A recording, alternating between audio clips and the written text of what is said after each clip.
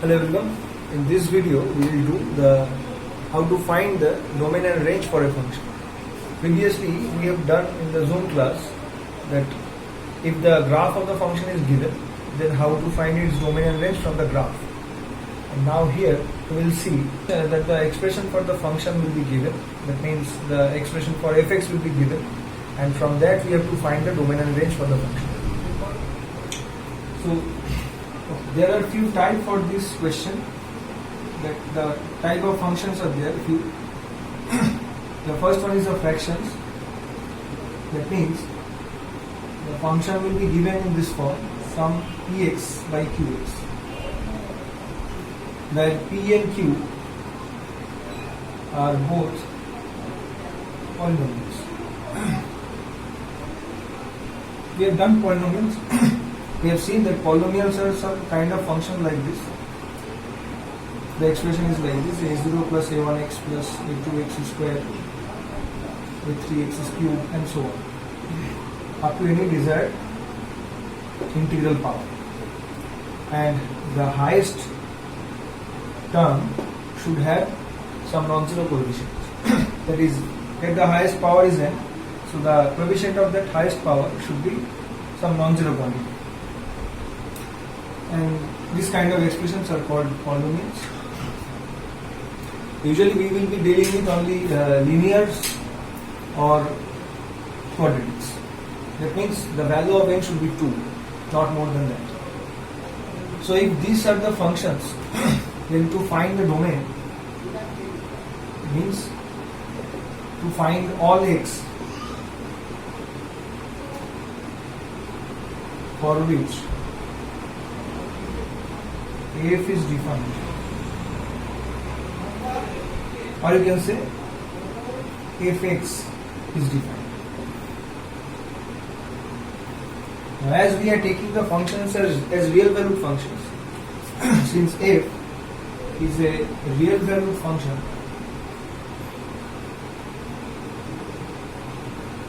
what we will see that this fx will always belong to R, that we know. That means these expressions should be in R. So what we get, that this qx should not be 0, because if it is 0, then we will get some points where the function will become undefined.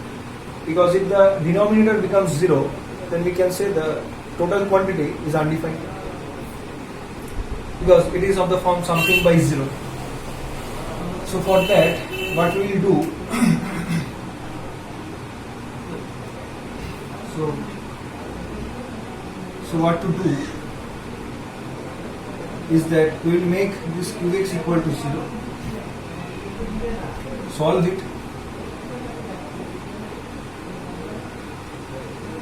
it for x, we will get some solutions for x, and those solutions, say the solutions are alpha and beta, then these solutions will be excluded from R. That means we are considering only those x for which the denominator is non-zero. So what we are doing, we are considering the denominator to be 0, then solving this equation, and whatever we are getting by solving it, we are excluding from R, so that the expression never becomes 0. So we will get the domain as this. If there is only one solution, then only one point will be there, either alpha or beta. If there is two solutions, if there are two solutions, then we will exclude both the values. So this is the way we find the domain for this kind of functions. So let us see an example.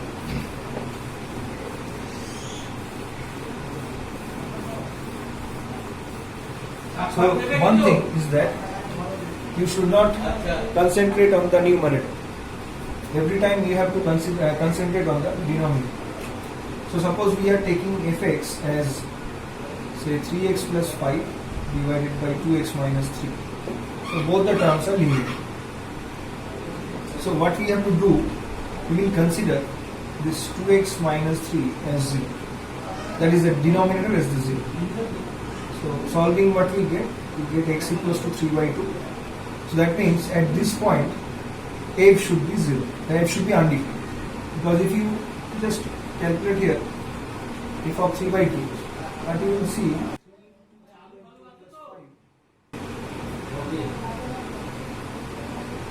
2 into 3 by 2 minus 3. So ultimately this will become 9 by 2 plus 5 divided by 0, which is undefined. Now if this is undefined, we can say that this x 3 by 2 point cannot be in the domain because the function is becoming undefined in this point. So for the domain we write like this. It is the whole set of real numbers difference this point. Okay, one thing you remember, we cannot write it like this, r difference 3 by 2 only, because r is a set and 3 by 2 is a number, so we have to express 3 by 2 as a set also. So that's why we are writing like r difference 3 by 2. So it is clear, we are making the denominator 0, solving it, whatever we are getting, we should exclude this from the domain. What is the reason? Because at this point, at the solution, we will get the denominator 0, so that the function is becoming undefined. So this is the way for this function. So now let us find another, say x plus 1 divided by x square minus 5x plus 6. Then now we are getting the numerator as a linear part and the denominator as a quadratic part. So what we do again, we do make the denominator is 0. So if we solve it, we will get x equals to 3 and 2.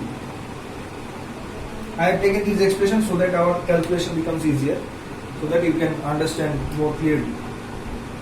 Okay, so let us see, if you put f3, then you will see it is 3 plus 1 by 3 square minus 5 into 3 plus 6. See, the denominator is becoming 0.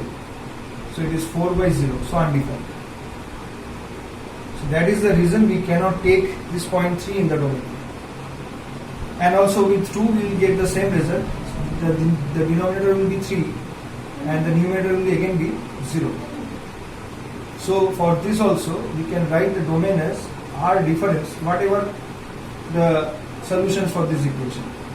So 2, 3, both the points. So this is the way we find the domain for this kind of fractional functions. These are also called rational functions.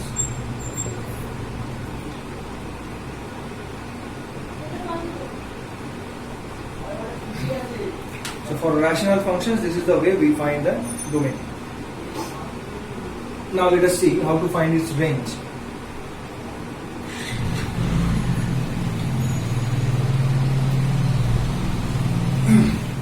Okay, so we are taking this function only. So if we take this function to find the range, means what is the range? Range is the collection of all the images such that x belongs to the domain. Okay. So it is the collection of all the fx. So what should be the values of these fx? What are the possible values of fx? So let's take this fx as 1. So this will be the value of y at any point x. Now what we will do, we will try to find the pre-image of this one. Because if you can find a pre-image for some value in the codomain, that means I am saying this is the domain and this is the codomain. Now I am saying there is a function f. So suppose we are having some value 1. So when this y will be in the range, if we can find some pre-image of this under the function. So to find the pre-image means to find the value of x for this y. So if y is this, let us find x from it. So we'll cross multiply it. So 2xy minus 3y equal to 3x plus 5. Then what we see? We see that we are getting the value of x as this. Say we are taking this 3y in this side. So 2xy minus 3x is equal to 3y plus 5. That means x into 2y minus 3 is becoming 3y plus 5. That means this x will be 3y plus 5 divided by 2y minus 3. Now see, since it is a real valued function, the domain is a subset of R.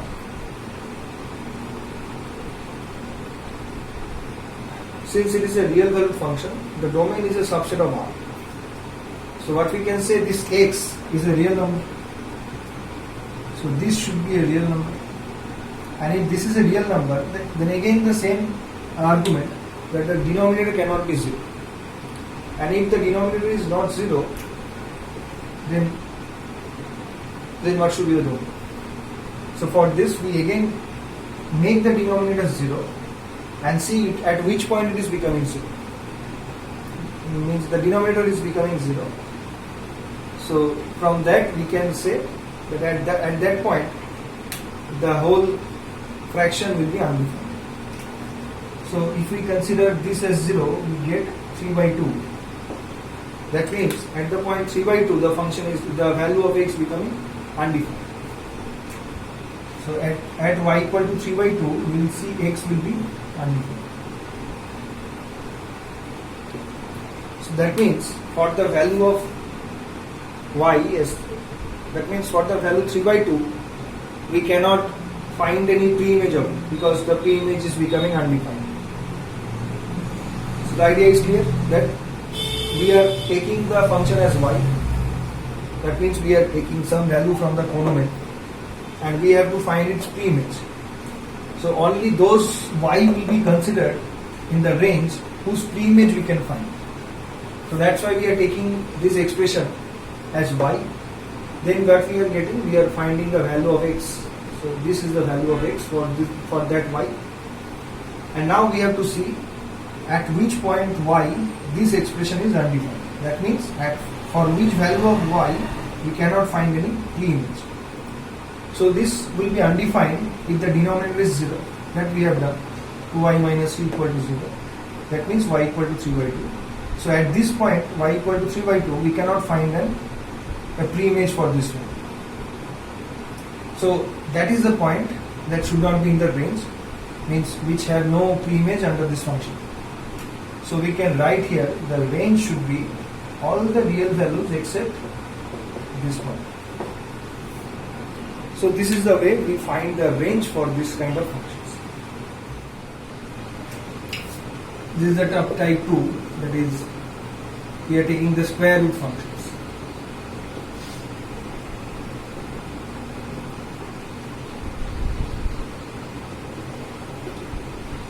So we will take the expressions like this, root over of some polynomial function. So P is a polynomial function.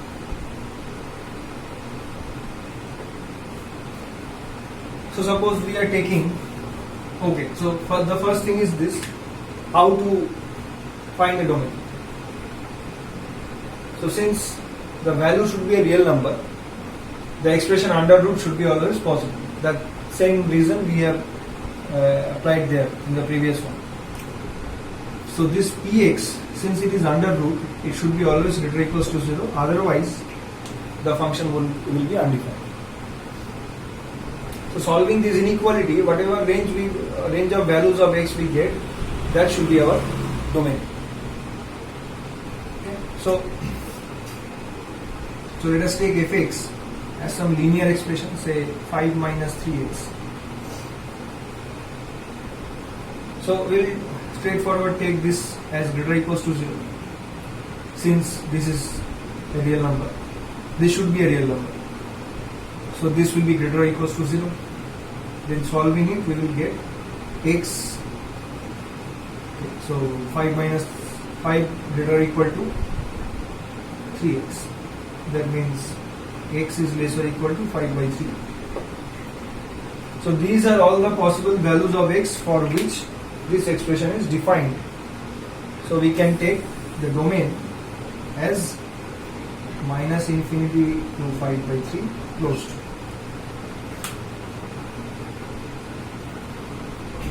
So I think it is clear.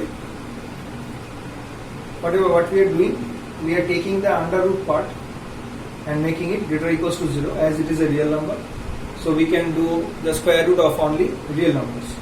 So that's how we are getting this inequality 5 minus 3x greater or equals to 0. Then we are solving it and this is the solution x less or equals to 5 by 3. That means these are all the values of x for which this expression is some real number. So that's how we get the domain as this interval. So let us take another expression where the under root part is a quadratic part. So fx is equal to some expression, say x square minus 3x plus 2. So what we have to do, again we consider this under root part as greater or equal to 0. Now whenever we are solving this kind of quadratic inequality, we will first consider this expression as 0. So first let us see where these expressions are becoming 0. So see, you will get 2 and 1. Then we will draw the real line and plot these solutions. So say let us take 1 here and 2 here. Now we will concentrate on this inequality. So one by one we will put a value from the left part of 1 in between 1 and 2 and then the right part of 1. So for the left part we can take 0. So put 0 here. What we will get? It is only 2 greater or equal to 0. See, 0 square minus 3 into 0. This part is becoming 0. So 2 greater or equal to 0. So it is a solution. It is true. So we can say 0 is a solution for this inequality. So we will take this part as our solution. Now let us see. Let us take some value which is in between 1 and 2. We can take 3 by 2. Put it here. So what we will get? We will get 9 by 4 minus 3 into 3 by 2 plus 2. And what is the sign for this? 9 by 4 minus 9 by 2 plus 2. So this becomes minus 9 by 4 plus 2. And this means it is minus 9 plus 8 means minus 1 by 4. And this is less than 0. So this is not a solution for this inequality. So we cannot take this region as our solution. So this is below the line. Okay. Next we take another point which is greater than 2. So any point we can take 3. Now put this 3 in this equation and you will see that it is becoming 3 square minus 3 into 3 plus 2, which is again 2, because this is cancelling out. So it is greater or equal to 0. So again we are getting some solution for this inequality. So that means this part will be also in the solution. So now we are taking only those parts which are in our solutions. So it is from minus infinity to 1 and then from 2 to plus infinity. So this we can take as a domain for this function, because for only these values the function will be defined. That means the fx will be defined. So we are taking this as the domain. So minus infinity to 1 is closed because there is a greater or equality union 2 to infinity. 2 is there because there is also another greater equality. So this should be our domain. Okay, so I think it is clear.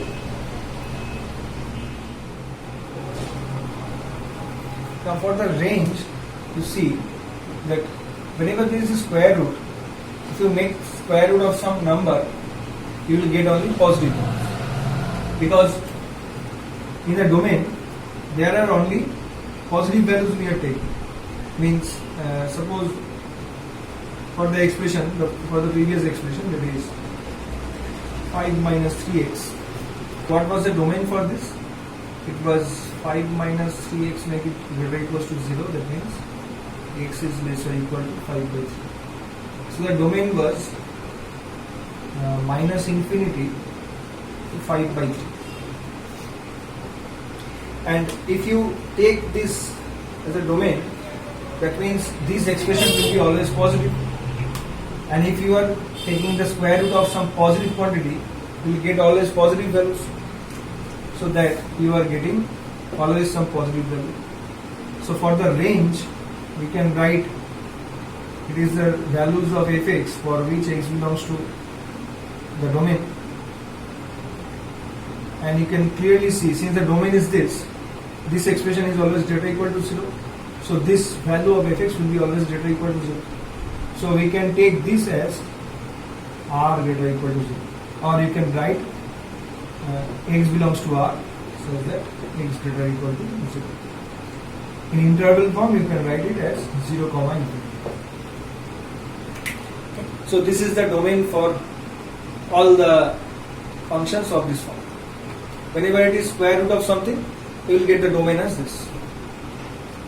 So this is the way we find the domain. It is the range. So this is the way we find the range for this kind of functions. So next what we see is the mod function. It is of type 3. It is the function which is associated with modulus.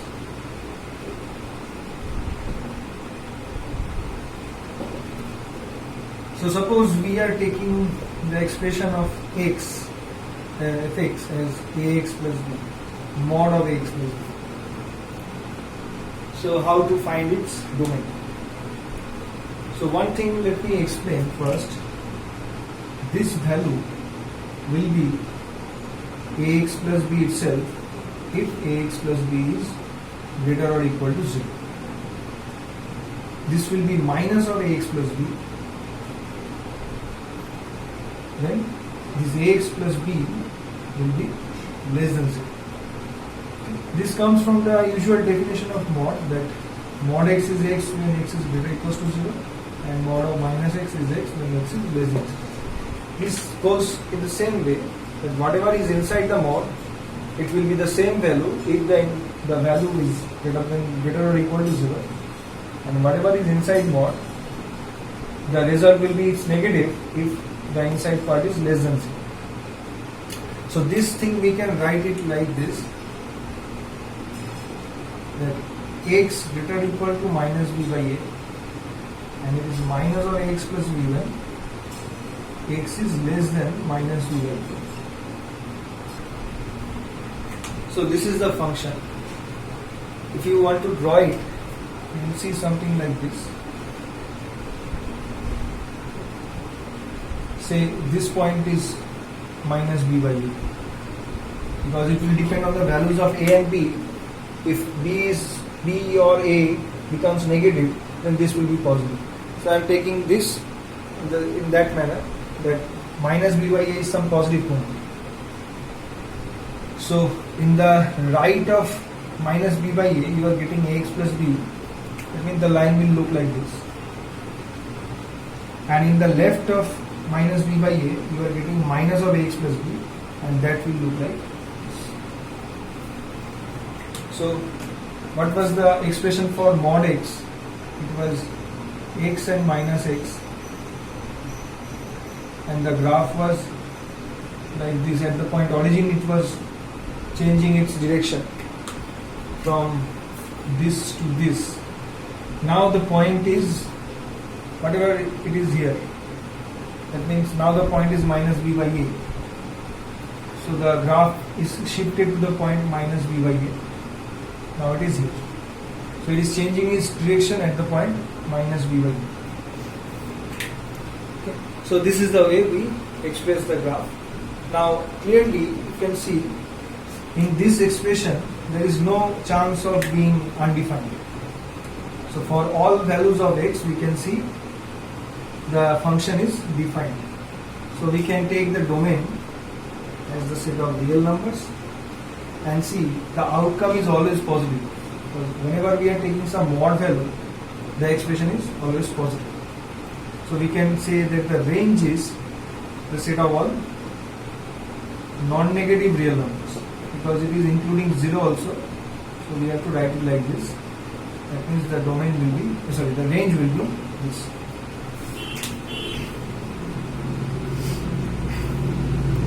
So if it is mod of x minus 1, we can say the range will be R, the domain will be R, the range will be 0, infinity. The same way for every expression which is inside mod, the domain and range will be this.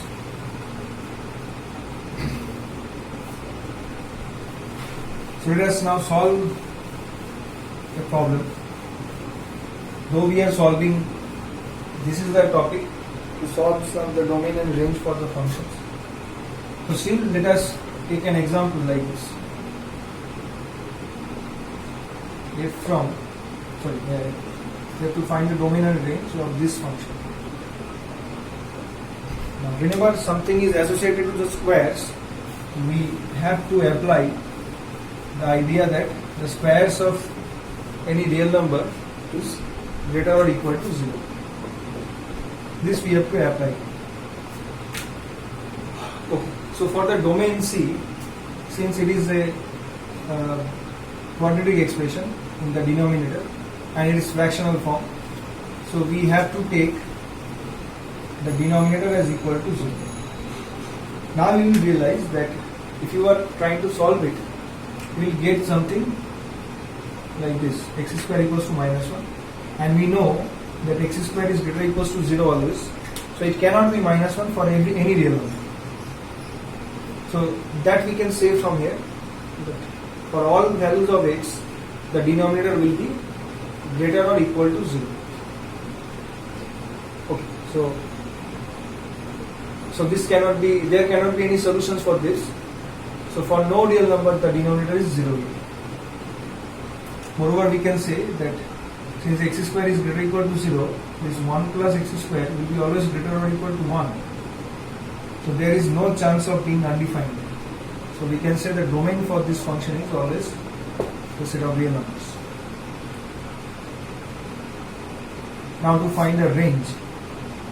So again we take the same idea that x square by 1 plus x square, we will take it as y, and then we will find the preimage of this. So let us find the preimage. It is x square equal to y plus x square, yx square, and take x square in this side, so it will give you x square into 1 minus y, that is 1.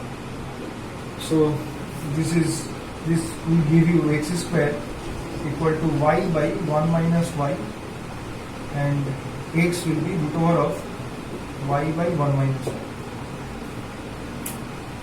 So now the same thing, this is a expression which is under root. So we have to find all the possible values of y for which it is defined. Now y is in the denominator, so it should be always positive, that means greater or equal to 0. And 1 minus y is in the denominator. Now see, this cannot be 0 anymore, so it should be always strictly greater than 0. And if it is strictly greater than 0, we see 1 is greater than y, that means y is less than 1. So it is saying we will get the preimages of those values of y which lie within this range. That means y should be greater or equals to 0 and y should be less than 1. So our range will be, according to this, our range will be closed 0, open 1. So this is the way we find the range for domain and range for this function.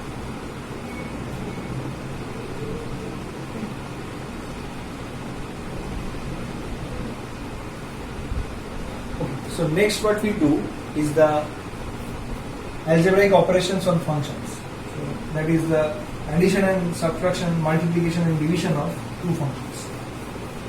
So we have to see what should be their domain and range.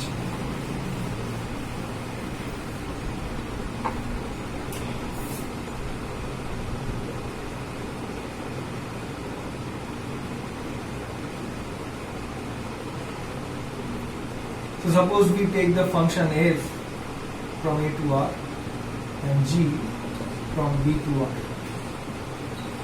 So there are two functions f and g whose domains are a and b. So we make some function by adding these two functions. So the addition will be a new kind of function. So let us define it. We define f plus g. This is a new function f plus g of x as fx plus gx. So see, this is a single function f plus g. So the inputs of x, the inputs of this function should be so that it is defined for both the functions. So if say this is the domain for f and this is the set R. So this is the set R. Then the function f is applied here, and if this is the set B and this is the function g, then what we are finding? We are finding those values in the domains of both the functions for which both the functions are defined. So some points which should be in the domain of A also and also in the domain of B. So we are saying that x belongs to domain of f and x belongs to domain of g, means it should be in the domain intersection of the domains.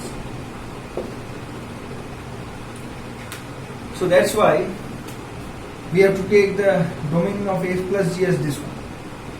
So f plus g will be defined from this set. And this set is A intersection B, that you can say as domain f intersection domain g. So I am saying again that we have two functions f and g, where f is defined from A to r and g is defined from B to r. Now we are making a new kind of function, that is f plus g, and it is defined in this way, fx plus gx. So x should be some point which is defined, for which f is also defined and g is also defined. So what we are saying, since f is defined for x, x should be in the domain of f, and also since g is also defined for x, x should be in the domain of g also. That means x should be some point which is in the intersection of both the domains. So if this is the diagram, then this A intersection B, or the domain f intersection domain g, should be the domain of f plus g.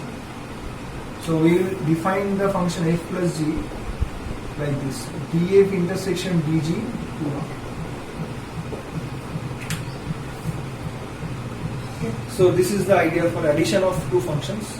If you take any two functions, say these. So let me take f as fx equal to root over of x minus 2 and gx as say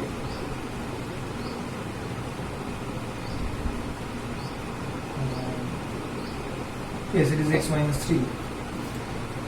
Then we have seen that for the domain of f, it is all the values for which x minus 2 is greater or equals to 0.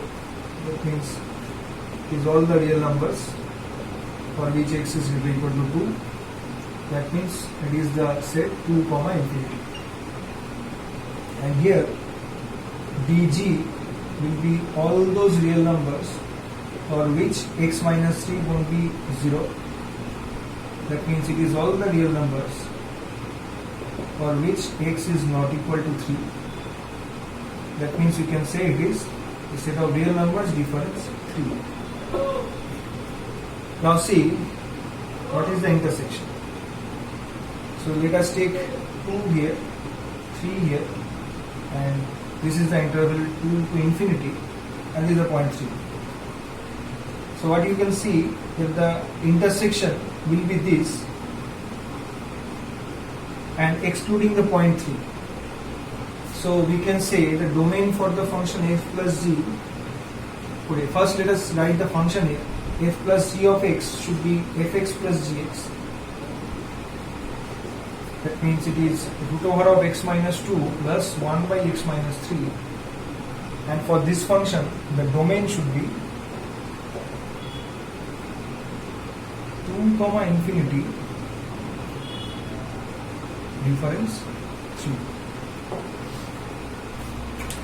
Okay, so I think it is clear to all of you.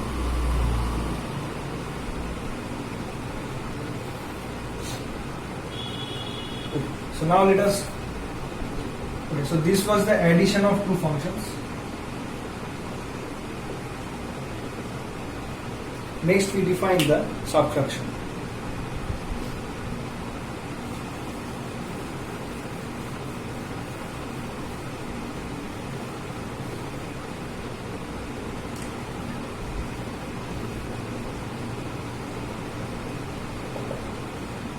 The subtraction we define like this. Again, we are taking a to r and b to g from b to r.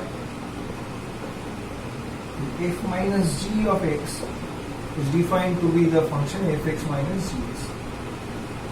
And by the same argument, you can say that the domain of f minus g should be domain of f intersection domain of g. It will be defined on the same domain for f plus g. So see here, only these signs will be changed here. The rest will be the same. So the domain of f minus g is the same thing.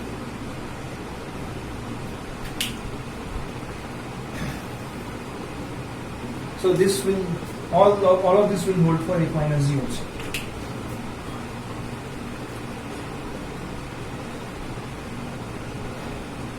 Next we define the multiplication of two functions, and that will be defined like this, fg of x, and that will be replaced, the subtraction will be replaced by product. So see, again we get the same thing. Here it will be product, here it will be product, here also it will be product. So we can write this expression as root over of x minus 2 divided by x minus 3. And see, all the arguments will be the same. For this numerator part, which is under root, so it will be the inside part will be greater or equal to 0, which will give us this. And also the denominator part is x minus 3, so it should not be equal to 0. That's why we are subtracting this. Okay. So for all the expression, this will be same.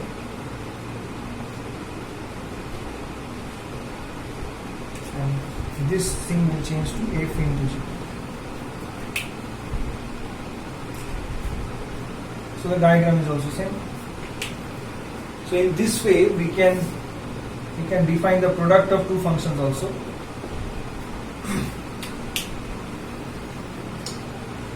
So this is the product of the multiplication. Let me write product here. So next what we define is the division. So for division there will be a little change.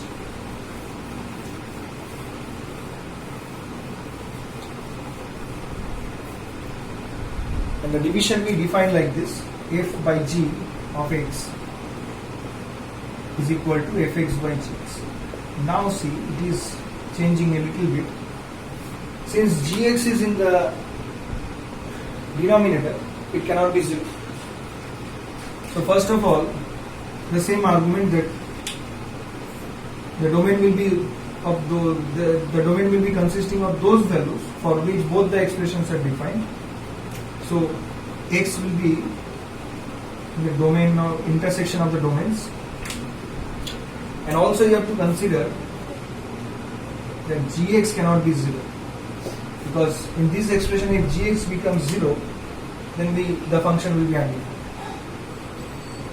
So for the domain, we have to take df intersection dg is okay, but then you have to subtract all those real numbers such that gx becoming 0. So this is the way we define the domain for the function df by g. So df by g will be this.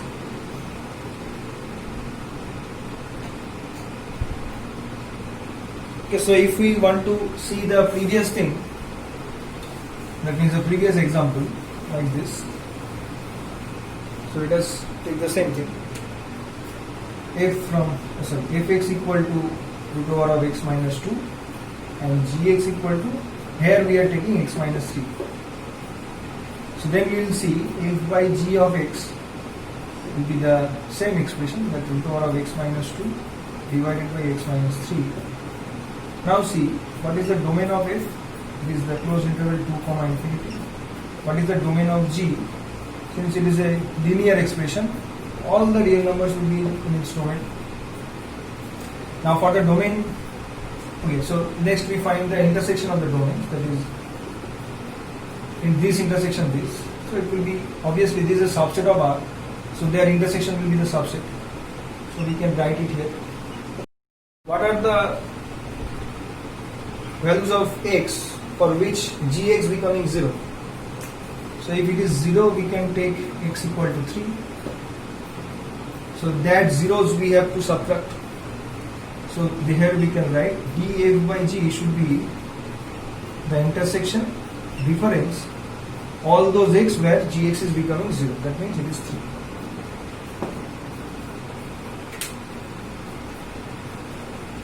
So this function is defined as the division of two functions.